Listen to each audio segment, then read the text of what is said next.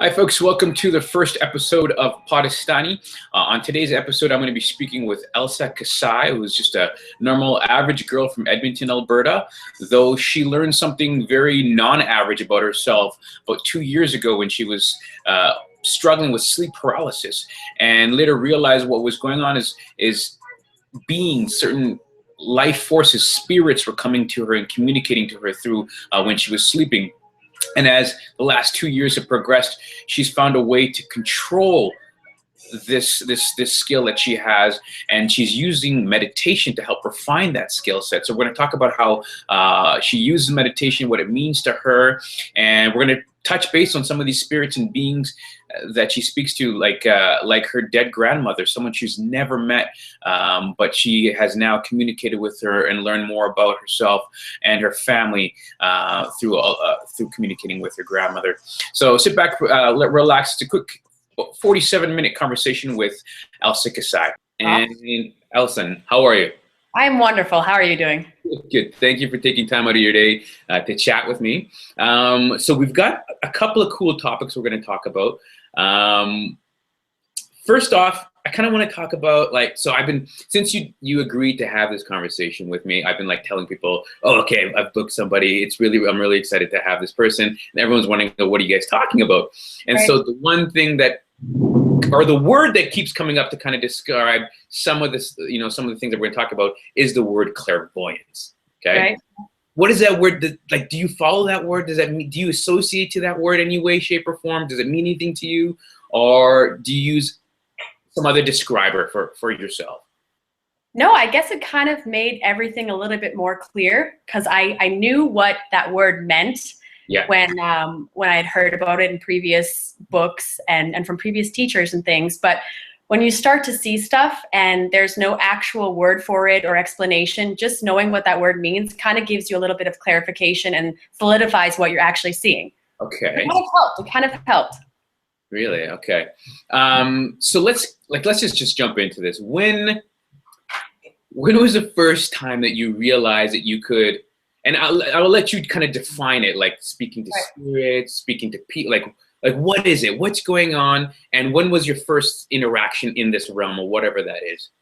It actually all started about 2 years ago with, I would call it sleep paralysis. At first, I didn't know what was going on, but it was more of waking up every night at 3 a.m., seeing things that were there and not knowing what it actually really meant. And then it really turned into being able to know what was right in front of me, communicate with what was right in front of me, and then be able to know who was right in front of me. And that was the difference. So you build on being able to know what's real and what's not, what's actually in your dreams and what's right in front of you, and then learning on how to control it and what time it can come into your life and what time it can't. So you're not actually interrupting your day-to-day life. So how are you in terms of control now? You can turn it on and off by, I guess, avoiding it. It's like having a little kid around. It's like they'll nag you and try to get your attention. But if you feel like you're in a scenario where you have to be strict business, or you have to be focusing on a test or driving, they'll understand and eventually just stay on the side there. Do you ever find a situation where it's, say, who is there? Someone in the back there? It's Hanoch. Oh, is it? Okay. Hi, Hanoch. How are you? Sorry, guys. Can you edit? No, we can't. This is live. It's okay. Don't worry. Out the way. Good seeing you. Good to see you, buddy.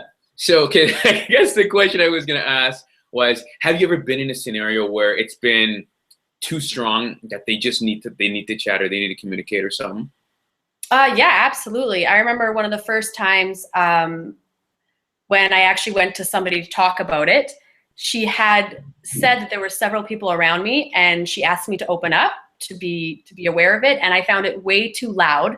So it's like being in a quiet room, but for me, it's like hearing 1,000 voices and seeing 100 people. And so it becomes way too loud, and it's over aggressive, and the energy's too much. It's hot. You're sweating. What's loud? What does that mean when it's loud? It's like, how do I explain it? Okay, so it's like it's like being in a crowd and hearing every voice and everybody talking, but there's no one around except for people who are clairvoyant that I can actually see them. So me standing here right now, there would be 10 people around. But for you or any other people, there wouldn't be anybody around. So are you seeing actual physical figures, or is it presence? What are you seeing there? Most of the time it looks like, it's my best explanation. You know, in the wintertime when you're starting your car and at the back, you can see that smoke coming out of the exhaust there. Yeah. So imagine that thick white smoke in the shape of a being. So you can see the head, you can see the shoulders, you can see the legs, and sometimes you can see like eyes and black eyes. But sometimes when it's a physical being that you've known or somebody that has passed on, it looks like their physical self. Like you knew them when they were present. Really? Yeah. Can you see their face? Yeah, most people you can see their face. And so their voice is like what their normal voice is when you're speaking to them. Yeah, absolutely. It's when I saw my friend who had passed away, she actually looked the exact way that she had when she was here. Okay, so you spoke to a friend of yours that passed away. Yeah. She asked me. This was one of the first times, so she asked me to speak, and I was. I figured just kill your TV if you didn't notice. He did take the TV. One of these, it might have been one of those figures that you see. It might be. Okay, yeah. Tell me more about that incident with your friend. That when you communicate with your friend. Yeah. So how did they pass, and what was your friendship with them? What kind of friend were they, and how did they pass, and how did you see them? We actually knew each other from work. We were all really close girls when we worked there as accountants. And she had gotten ovarian cancer. And then within 6 months, she actually had passed on. And one night I was sleeping, and I thought sleep paralysis again, because I had gotten it so many times here and when I went traveling as well. And then my eyes are open. I used to test myself by turning the TV on in the background so that when I actually woke up, or because you feel like you're sleeping but you're awake, I would make sure that what was on in the background on the TV was actually happening. So it's in real time, but you feel paralyzed. And so she showed up at the edge of the bed and stared at me and asked if I wanted to talk. And it was one of the first times I had seen somebody I knew. So I do regret it, but I said I didn't want to because I was way too scared. Really? Yeah. And so what happened then? So the bed shakes and you get chills. And I don't know if you've ever read on sleep paralysis. It's mostly like you feel like somebody's on your chest and you can't breathe, and you're awake and you can see your eyes are open. You can see everything around you, but you can't talk, and your body's basically paralyzed. And at the end of it, you're shaking and trembling, and then you wake up. Wow. Okay. And so that was probably one of your first incidents with it? With seeing somebody I knew. Other sleep paralysis moments were basically like seeing beings that I had no idea what they were, or little children would come to my bed and wave at me. Really? And again, you can't move your body? No. And the thing was, I used to think it was dreaming and that I was sleeping. And that's why I had left the TV on, to be able to test myself on knowing what was real. And so when I woke up, it would be the same scene that was on when I was in the sleep paralysis. So it was in real time. It felt like it lasted 50 minutes, but it lasted seconds. It's an interesting state to be in. Okay, so it's really quick, really brief. Yeah. Okay. So what, like after that, after you told your friend you didn't want to talk, what did you do then?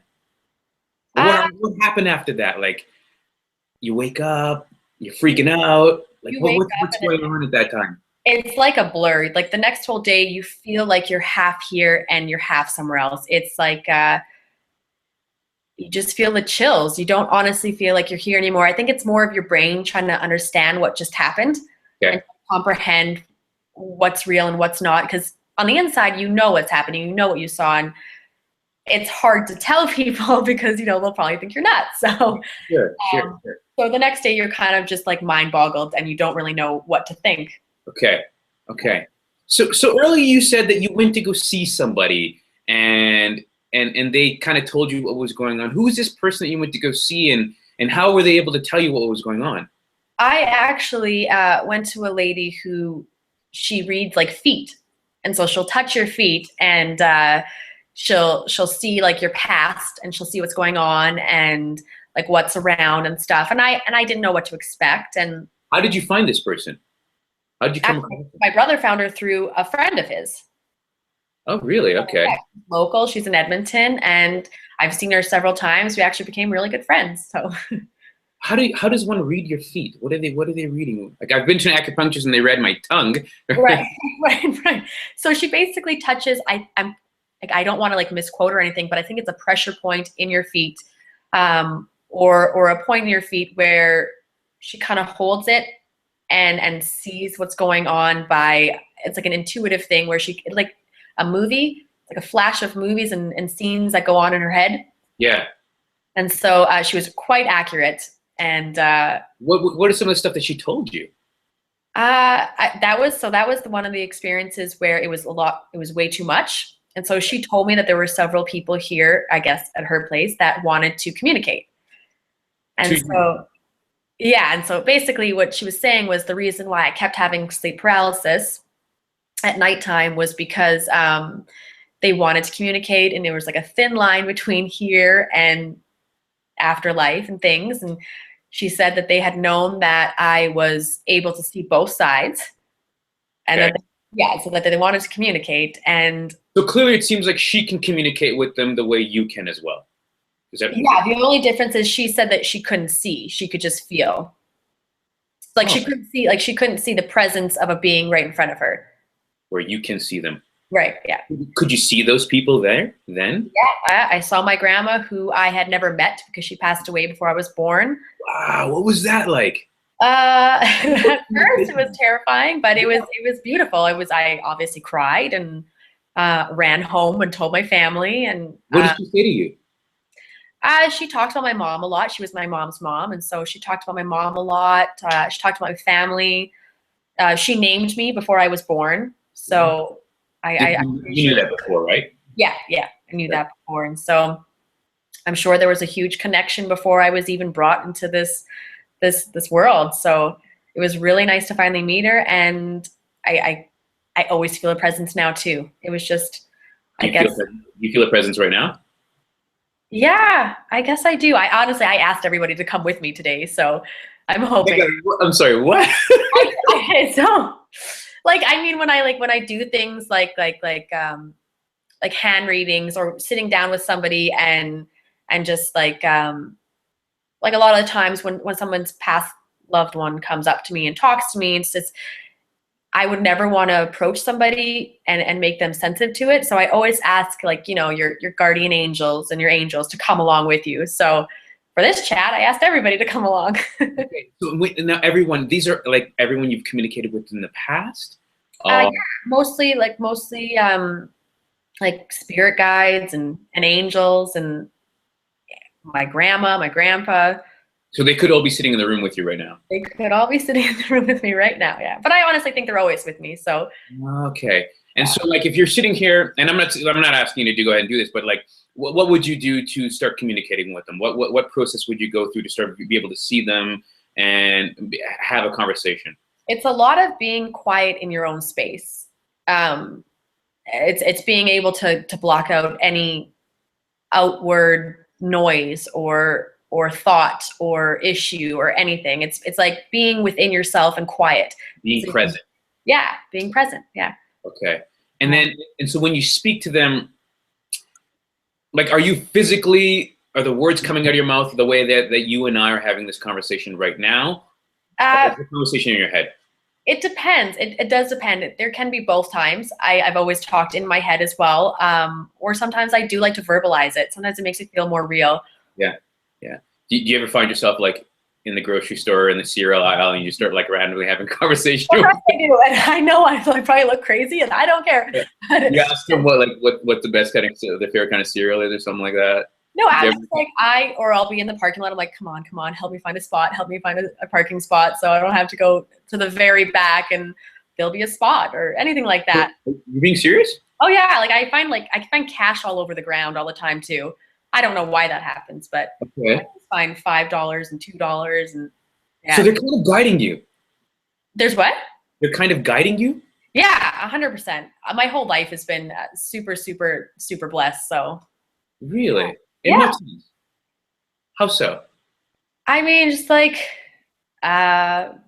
quitting my job and not really worrying about it and finding everything I needed right there. Or my car breaks down and it breaks down right at home, or, you know, like not on the street. Okay. Or just not knowing where I'm going to go next. And then the opportunity is actually presented to me. I don't actually have to go out and get it. Really? It just comes to you. Yeah. But I don't know. Maybe I guess the real blessing is knowing that it is a blessing, you know, not taking it for granted. Right. Okay. So now when you communicate with some of these people, like, do they have a message? Are they trying to reach out to somebody? Are they trying to connect with somebody? Are they trying to use you as a medium or a conduit to someone or something? Or is anything like that happen for you? Yeah, no, the several times that I have seen my friends' parents who have passed away, it was an aggressive, in my face, tell them I love them, tell them they'll be okay. And I guess the best explanation that I've heard before is that they're the remote, my friend is the TV, and I'm that current that goes through to change the channel. And right. So it's just like, that's the connection there. Right. And it's an interesting one, and I don't mind it. I would never want to step on anybody's toes to make them feel uncomfortable, because some people don't see it yet, but it's a very real thing where I get messages and people's loved ones' faces right there. And if I don't say anything to them, I feel like it's a lost opportunity. So I do convey the message. So you do convey the message, huh? Yeah. What are people's reactions when you're telling them this? Cry right away. I've never had, I guess, a doubter yet. It's mostly been family and friends, and everyone's, it's great support, and it's nice. It's more of them kind of feeling relieved as well. So that kind of helps me too. Cool. How long has this been going on now? I guess the sleep paralysis was like a year. And then I went traveling because I thought I would stop for that. And then it didn't. It followed me when I was in Europe. And then, so now it's been about 2 years. A year for the sleep paralysis and a year of me actually figuring out what it was and how to work with it. Okay. So you said, like you said earlier, you'd ask everybody to join you today. There's certain people that are coming to you. Is it the same characters, the same individuals, or what's the right word here? Should I say spirits? What should how should I get? I guess I'm looking for definition here. I don't know. No, I would honestly just say beings. It kind of just makes you feel comfortable. Makes you feel like sometimes you can even feel the heat of them beside you. It's like having a person sit beside you and feel their body heat, but it's feeling the heat of 10 or more people around, and they usually are the same. I haven't opened myself up yet to more. So. Okay. So there's a method here to open yourself up. Oh yeah, definitely. I've taken my time because it can get a little not scary. I don't want to use scary as the word, but a little overwhelming maybe? Yeah, overwhelming. There you go. Overwhelming for sure. Yeah. Okay. So I guess I want to get a better idea of what is this so you say you can open yourself up. You also said it was started as sleep paralysis and you learned how to control it. What's that process of learning how to control it? A lot of meditation, a lot of yoga comes into that practice of being able to open up yourself. So, if I didn't do yoga and I didn't meditate, I'd probably shut it down a lot.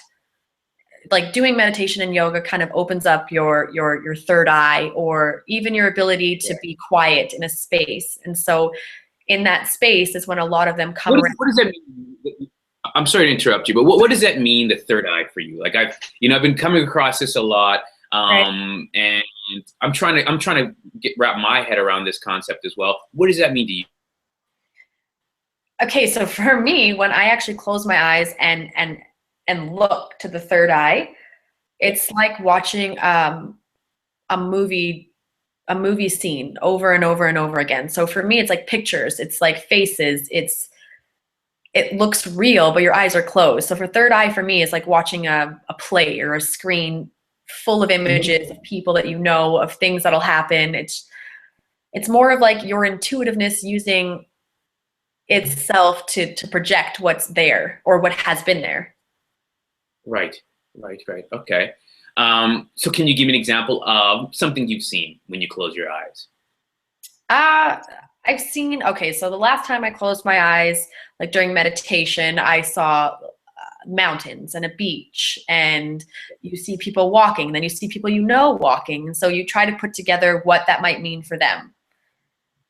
So maybe somebody's going traveling, or maybe somebody needs a vacation or needs to take time for themselves.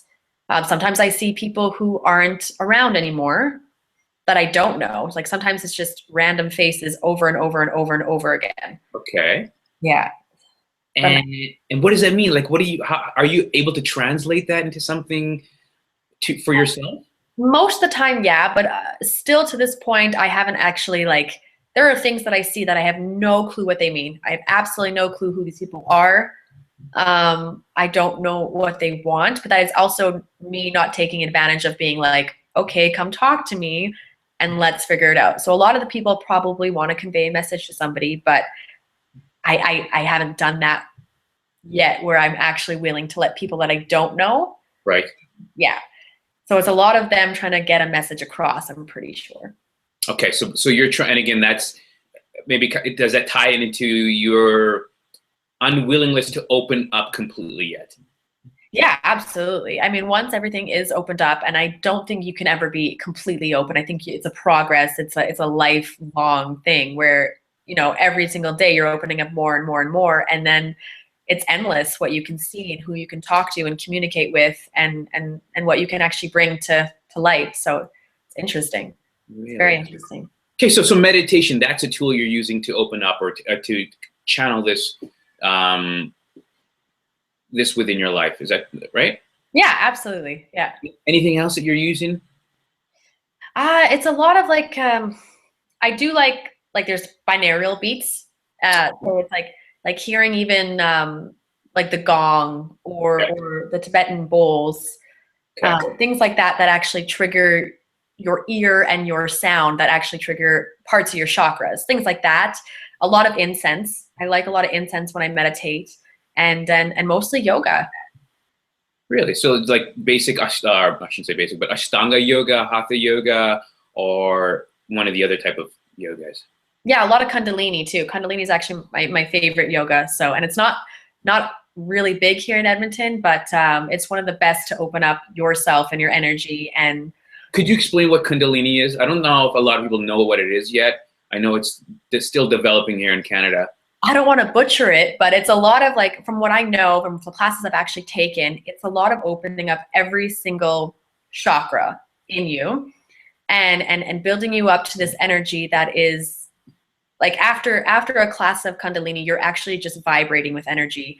And it opens you up and it gets you closer to your third eye. So it really opens up things that you never think you can see or experience.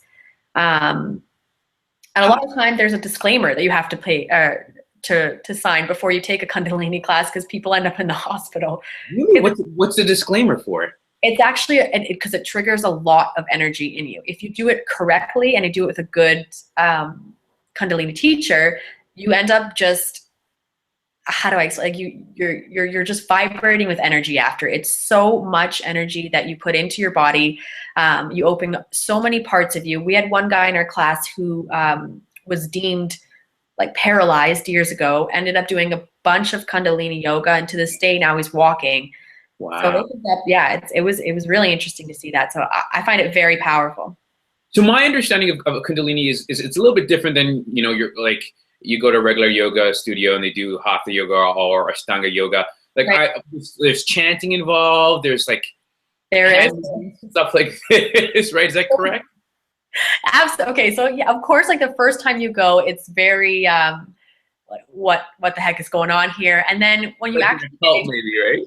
Yeah, it's a little weird. But then you get into it, and the chanting the gong playing, the hand motions, they actually, when it's in sync with the rest of the class, you actually feel why people do it. Just being in sync with the voice and the sound that comes out of each word that you pronounce ends up triggering certain points in you that give you that energy. So it has a purpose. It feels weird doing it because of the way we live now, and it doesn't seem common, but the purpose and the result of it just outweigh the awkward weirdness of it. I have a cousin in Vancouver. She's been practicing Kundalini for years now. She, in fact, works at a Kundalini studio. Oh, wow. And over the years, we've just picked on her because she shows us the different things that she's doing. And we're just teasing her. But clearly, there's something going on, a very powerful associated behind this method, right? Right. Yeah, absolutely. I just have to bite the bullet and go to a class and try it out as well. You have to. Indirectly saying here. Okay. So tell me more. How did you get into meditation? What brought you to that? And then how do you meditate? A lot of the times, actually, when I was going through that sleep paralysis, it was really hard to get any sleep. So I was exhausted, and I found that a lot of times meditation not only focuses you, but actually ends up giving you energy that you don't even know you have. Like you feel like even if you got 3 hours of sleep, when you meditate, you reconnect all your points, you focus better during the day, you've got energy, you can think clear, make decisive decisions like on point, and you feel relaxed and calm, and you're not really worrying. Right, okay. So how often do you meditate, would you say? I say 3 times a week. I obviously would like to do it way more, but yeah, 3 times a week right now. And how long do you meditate for? Each time? It can vary from like 15 minutes to an hour.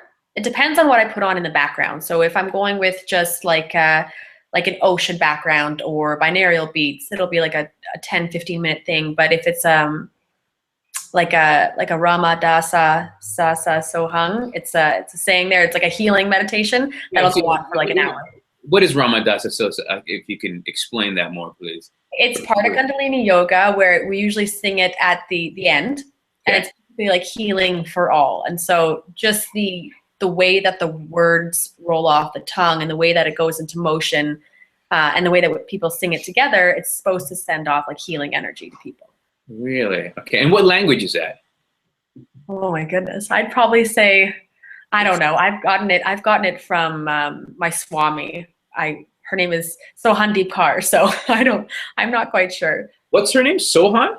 Sohan Deepkar. Can you spell that? SOHANDEEPKAUR.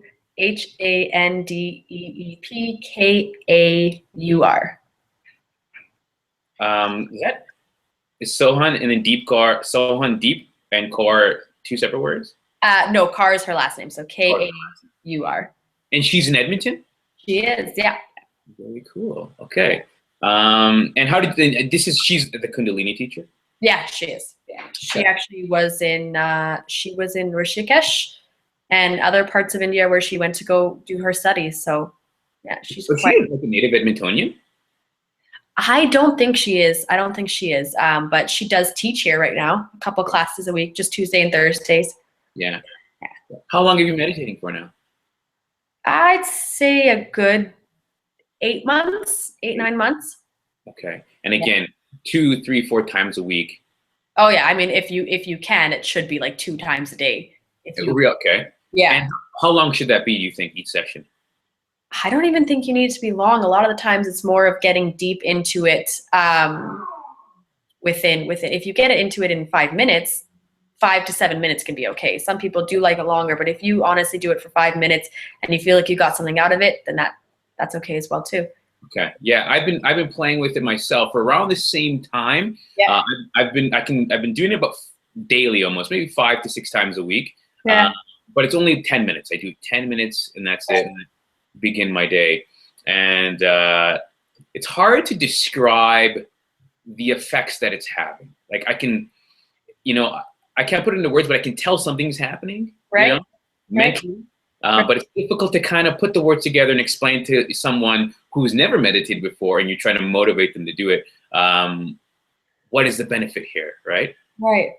Is there a way that you can explain to listeners what's the benefit and how that it could help enrich someone's life?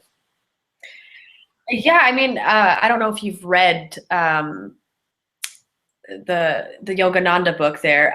It's he also had a movie. Autobiography of a Yogi? Yeah. Right. And so one of my favorite quotes is that like meditation is a portable paradise. Is an affordable paradise. Portable paradise. Okay. So it's basically like going into another place that's just yours, where you can relax and go and no one can touch. It's like going on a quick vacation. Okay. Okay. You know?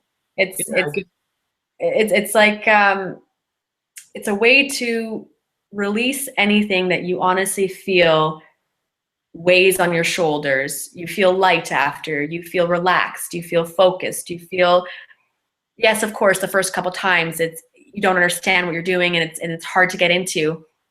But when you progress and you keep going, you see the benefits of becoming more intuitive and more conscious of all your decisions, right. more aware, and in the end, you just feel lighter. I feel like a lot of people have so many issues that really don't matter. you know, and meditation honestly lifts that right off your shoulders, I feel like. Yeah. So when you meditate, how do you meditate? You know, if like pretend and maybe put yourself in the mindset of someone who's never ever meditated before. How would you explain to them what you're doing, what that process looks like? I definitely sit and cross my legs. It's the first thing that happens. A lot of people do have their hands like open with these, you know, the thumb and pointer finger touching. It's more of like a way to open up, to let in. You don't have to. Is it a chakra thing? Is it to try and connect with a specific type of chakra or energy meridian? Right, and yeah, and so like what I have for incense is to actually open up each chakra. So each incense opens up a different chakra. So on whatever day I feel like opening the third eye more than anything else, I would burn that incense. But mostly in a quiet area. You can definitely do lights on or lights off.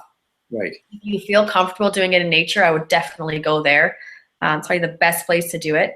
If you're not in everything is living, right? You're just around these living beings that don't have the same inhibitions and blockers that we humans put up in our minds, right? Exactly. Very similar to how people like to do psychedelics in the forest as well. Very true. Yes. Sorry, I didn't mean to interrupt. Go on though. No, that's fine. That's awesome. But yeah, basically, just if you're a visual person, then put on a background that entrances you, like makes you actually focused on it. If you like to close your eyes, then put on a sound, something that gets you away from wherever you are, and then it becomes easier and easier to just tune out everything around you. So mentally, you're trying to focus on that imagery. You're trying to what are you doing mentally? Where are you taking your mind? Mentally, you're trying to be as quiet as possible with the last thought, with no thoughts in your head. And it sounds so hard to do, but the moment, it's like clearing out any clutter, but for your mind. Okay. How did you come across this method or meditation? What brought you? A lot of reading. Yes. It takes practice. What did you read? Do you remember anything specific you read? Something you would recommend to people? The autobiography, that would obviously be number one. Autobiography of a Yogi, right? Yeah. Oh yeah, and he also does have a movie called Awake. Called Awake? Yeah, they played it here in Edmonton, actually, at the Garneau Theater. So I saw it twice. It was great. I had to. That's really, really good. If you don't like honestly reading, that'd be a great movie to catch. Any just Rumi quotes or Buddha quotes. There's a Buddha biography right now on Netflix that's just great. What's that called? I'm pretty sure it's just it's called the Dalai Lama. I think it's just called his name. I think you'll be able to find it that way. Okay. I'll have to look that up. That sounds awesome. There's another book I wanted to recommend to you. Somebody told me I had brought up the autobiography of a yogi. Your brother introduced me to that book, actually. Okay. And I've gotten, I want to say, a third of the way through it. I haven't finished the book yet. And someone brought up Living with Himalayan Masters. Have you heard of that book? I haven't. No, I haven't. So it's almost the same thing as the autobiography of a yogi. Another guy, and it's a true story, goes into the Himalayas, tries to meet a whole bunch of swamis and learn more and more about yoga and meditation, et cetera, et cetera. Right. He said he found this book a lot more powerful than the Autobiography. I don't want to pit one against the other, but if you've liked that first book, try this one. It might be maybe you'll find it interesting. I haven't read it myself yet either. No, I absolutely will. That sounds amazing. Okay, cool. So again, just for someone who's trying to learn how to meditate, you would say sit cross-legged, and the idea is to clear your mind. Yeah, absolutely. And do whatever you feel triggers your place most. So if it's visual, do something visual. If it's audio, do something audio. If it's honestly complete quiet, then do that with an incense. Something that triggers the point of view that likes to escape. Escape, okay. And okay, so something I like to always recommend to people, and I've learned from listening to a bunch of different people, is try and make it as least committal as possible, right? So if it's 2 minutes, if it's 5 minutes, something really like a small unit, a unit of measurement. So then you kind of get into it and you start to find your place within that. Would you recommend that as well? Maybe. Yeah. Just trying to get the ball rolling. The less pressure you put on yourself and on it, the easier it will get for you to do. Right. I like that. The less pressure you put on it. Right. That's a good way of putting it, right? Instead of making it a chore, right? And almost like homework, right? Yeah. So you still find the pleasure in it. Okay, great, thank you. I kind of want to turn a little over to work. Okay. And so the story I heard is you read this book. I mean, correct me if I'm wrong. The story I heard was you read the Autobiography of Yogi and you were moved by it, that it was so powerful. If meditation is that powerful, you quit work and you started meditating. Is that true? Okay, so I did. Okay, yeah, that is true. Also, I guess other events would be that it was more of I couldn't live that life anymore of a 9 to 5. It just didn't. I couldn't understand it anymore. It didn't make sense to me. I thought there was more out there. I thought that there was more to share, especially with everything that's been going on in the last year or two. So yeah, I left the job with no prospects and I ended up meditating. I ended up painting a lot. I spent a lot of time outside. So since you're unemployed, you're at home, you meditate daily at this time? Oh yeah. This time daily, painting, yoga. Yeah. How long was this phase in your life for? Sorry? How long was this time frame? A good 4 or 5 months. Really? Wow. And how did, like, being in that 4 months, looking back today, what were the benefits of it? What would you say? What would you say to people, like, if you're motivating people to kind of go behind their passion? What did you take from that time? It was definitely the happiest I've ever been. I had no worries. I worried more about money when I had a job than I did when I was taking those months to myself. I learned more about myself and so much more about actually what goes on around us, and not like the news and other places of, like, destruction and war and things like that, but actual good things like meditation and yoga and the universe and spirituality and things like that. I took a lot of classes. I started studying with a lot of teachers, like Reiki and ancient art things, and because it was good. I took a lot of time to art kings. No, ancient art. Ancient art. Okay. Yeah. So that was more of studies of like palm reading and cards and talking to people who, spirits who aren't there and things like that. I wanted to try everything. Okay. I was opening up to everything, and it was great. It was a great 4 months. I opened up every single, I guess, like, curiosity that I had. Really? And I learned a lot. I really did. How did the 4 months conclude? How did you get to that and realize, okay, and then what happened? Where did you go from those 4 months and to today? So how did it conclude first, maybe? Around like the 3rd or 4th month, I started working at the art gallery, just here and there, just a couple extra bucks. And then I had I don't know if you would call it vision or dream of what I was supposed to do. And so what I was supposed to do was open up a studio of yoga and massage therapy and acupuncture and all these things that were coming together for like a wellness center. and I focused on that, and that's where I'm headed. Okay, so you're opening a studio. I am, yep. And so can you kind of maybe can you talk about that, maybe like give it a plug? What's it called? What are you guys going to be doing there? When is it going to be open? How can people access it? You know, like right. It's called Full Heart Breath. Sorry. It's called Full Heart Breath. Full Heart Breath. Okay. Yeah, and it's basically when, I guess to explain it, when something good happens or you hear something great and your heart feels full, that you need to take a breath and kind of come back to, right? And that came to me at 3 in the morning. The next day I was told at 3 in the morning to go incorporate the company, and the next day I was writing down everything that it was going to be. And so can we go back for a second? You were told. What does that mean, you were told? Who told you? How was it told? You know how, okay, I'm not ever comparing myself to any of these people, but do you know how people have visions at 3 in the morning? Like, I'm sorry, I've never had a vision at 3 in the morning.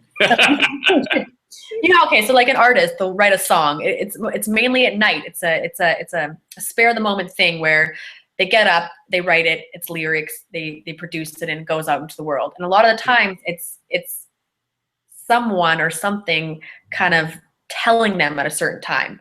Right. And a lot of it was mostly always at 3 a.m. for me. It was always at 3 a.m. where I'd have this thought, or I call it the voice. The voice of a lot of creativity that goes on between 11 p.m. and like 7 a.m. A lot of writers stay up all night and write, and they create during those hours. There's something in those hours that's going on. Exactly. And so a lot of it was a 3 a.m. kind of inspirational thing there. And so I wrote down exactly what it's like hearing a voice in your head. Right. And I wrote down every single thing that I wanted to have there. And so it's a yoga, massage therapy, dietary and health needs. There'll be an open forum for people who can come and talk about certain things, like, you know, sleep paralysis or seeing things and not understanding. Because I feel like most people who do see that are either, if they're small kids, they get deemed crazy, or, you know, their parents don't really understand and they're told to kind of be quiet, and it's way more than it's actually talked about. A lot of meditation will happen there, reflexology, acupuncture. Oh, really? Okay. Yeah. Does Full Heart Breath have a website? Not yet. We're actually under construction right now. Really cool. Yeah, and so September 7th will be fully under construction, and then it'll be a couple months, and we'll be up and running about November 30th. November 30th is the projection date, huh? Yeah. Good luck. I'm very excited for this. I'll have to stop by sometime and check it out. Yeah.